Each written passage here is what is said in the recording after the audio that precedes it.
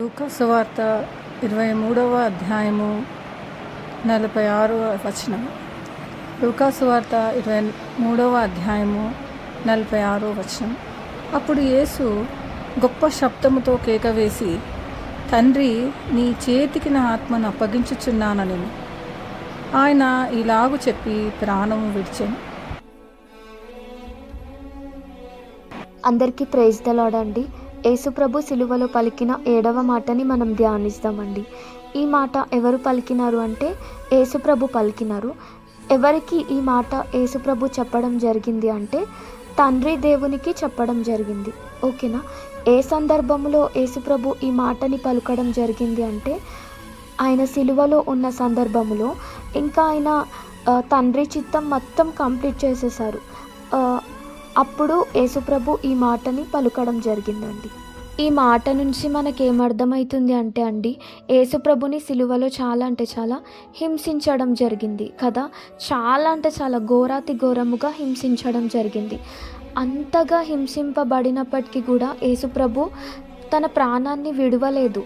ఎప్పుడు తన ప్రాణాన్ని విడిచినారు అంటే ఎప్పుడైతే తను తండ్రి చిత్తం కంప్లీట్ చేసిన తర్వాత, తండ్రి తనకి ఏమేమైతే చెప్పినారో అవన్నీ కంప్లీట్ చేసిన తర్వాత తనంతట తాను తన ఆత్మని తండ్రికి అప్పచెప్పడం జరిగింది.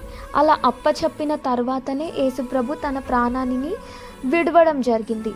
అంతేకాని మనుషులు హింసిస్తున్నప్పుడు తన ప్రాణాన్ని విడవలేదన్నమాట.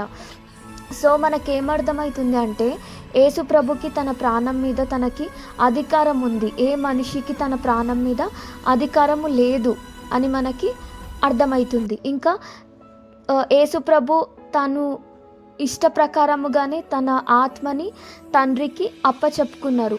అలా అప్పచెప్పిన తర్వాతనే తన ప్రాణాన్ని తను విడవడం జరిగింది అని మనకి అర్థమవుతుందండి. ఇంకా యేసుప్రభు నుంచి మనం ఏం నేర్చుకోవచ్చు అంటే అండి, తను సిలువలో అంతగా హింసింపబడినప్పటికీ కూడా తండ్రిని ఏ విధముగా అయితే 100% నమ్మి తనని తాను తండ్రికి అప్పచెప్పుకున్నారో, మనం కూడా మన జీవితంలో ఎలాంటి పరిస్థితులు వచ్చినప్పటికీ కూడా మనము దేవునిని నమ్మేవారిగా ఉండాలి, 100% నమ్మేవారిగా ఉండాలని నేర్చుకోవచ్చండి. ఇంకా మన జీవితంలో ఏది ఏమైనప్పటికీ కూడా మనము దేవుని చిత్తం చేసేవారిగా ఉండాలని నేర్చుకోవచ్చు.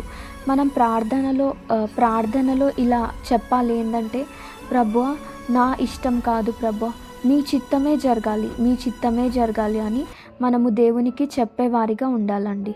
ఇంకా మన ప్రాణముని, ఆత్మని, దేహముని దేవునికి మనము కంప్లీట్గా సమర్పించేవారిగా ఉండాలని నేర్చుకోవచ్చండి.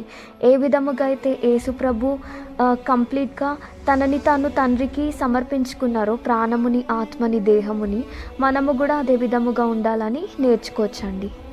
సో మన ప్రాణంని, ఆత్మని, దేహంని ఎవ్రీడే తండ్రి చేతికి కంప్లీట్గా అప్పచెప్తూ ఆయన చిత్తానుసారముగా మనం జీవించాలని ఈ వర్డ్ నుంచి మనము నేర్చుకోవచ్చండి.